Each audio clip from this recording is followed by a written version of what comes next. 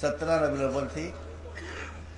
اہل بیت کے تفاسیر کے مطابق اور تفصیلات کے مطابق 17 ربیع الاول وہ تاریخ ہے کہ جب شمس رسالت اور قمر امامت دونوں ایک ساتھ آسمان ہدایت پر جلوہ افکن ہوئے۔ بات یہ ہے کہ جب ہورائزن کے اوپر سورج ہوتا ہے تو چاند نہیں ہوتا ہے، اور چاند ہوتا ہے تو سورج نہیں ہوتا ہے۔ اس کو کبھی آپ ملاحظہ کریں اچھی طرح سے۔ لیکن قمر امامت اور شمس رسالت یہ دونوں ایک ہی مطلع کے اوپر طلوع ہو گئے، یعنی حضور کریم کی ولادت کی تاریخ اور امام جعفر صادق کی ولادت کی تاریخ ایک ساتھ پڑی ہے، اور اس لیے اس تاریخ کا تقاضا یہ ہے کہ یہاں پر حضرت پیغمبر خدا محمد مصطفیٰ صلی اللہ علیہ وسلم کا بھی ذکر ہو اور ان کے جانشینوں کا بھی ذکر ہو۔ آپ کو میری تقریریں اس لیے پسند آتی ہیں کہ میری تقریر میرے قد کی طرح سے مختصر ہوتی ہے۔ آج بھی میں 5-6 منٹ سے زیادہ آپ کا وقت نہیں لوں گا۔ میں آپ کو یہ بتانا چاہتا ہوں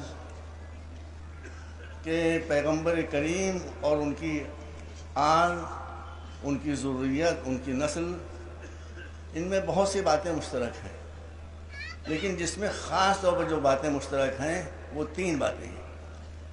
پہلی بات ہے بے انتہا علم، جس علم کی کوئی انتہا نہیں، جس گیان کی کوئی سیما نہیں، وہ محمد و آل محمد مشترک ہے۔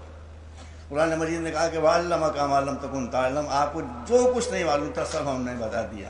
اور پیغمبر نے فرمایا کہ انا مدینۃ العلم وعلی بابھا، میں علم کا شہر ہوں، علی اس کا دروازہ ہے۔ جو علم رسول کے پاس تھا وہی علم مولا علی کے پاس آیا، وہی علم رسول کے صدقے میں امام حسن کے پاس آیا، وہی امام حسین کے پاس، ہر امام کے پاس آیا۔ میں نے کہا کہ 5-6 منٹ سے زیادہ میری تقریر نہیں ہے۔ تو یہ ایک مشترکہ صفت ہے محمد و آل محمد کی کہ ان کے پاس وہ علم ہے کہ جس کی کوئی انتہا نہیں ہے۔ ان کو دنیا کی ہر زبان آتی تھی، اس کی مثالیں موجود ہیں وہ تاریخ میں، اور یہ کبھی کسی مسئلے کا جواب دینے میں سوچتے نہیں تھے، سوال ختم ہونے سے پہلے جواب دے دیتے۔ یہ ایک خصوصیت ہے محمد و آل محمد کی، بے انتہا علم۔ دوسری خصوصیت ہے بے داغ کردار۔ یہ بھی محمد و آل محمد کی خصوصیت ہے کہ ان کے پاس جو کردار تھا اس پر کوئی داغ نہیں لگا سکا، اسی لیے ان کے دشمن کو قتل کرنے میں کامیاب تو ہو گئے مگر الزام لگانے میں کامیاب نہیں ہو سکے۔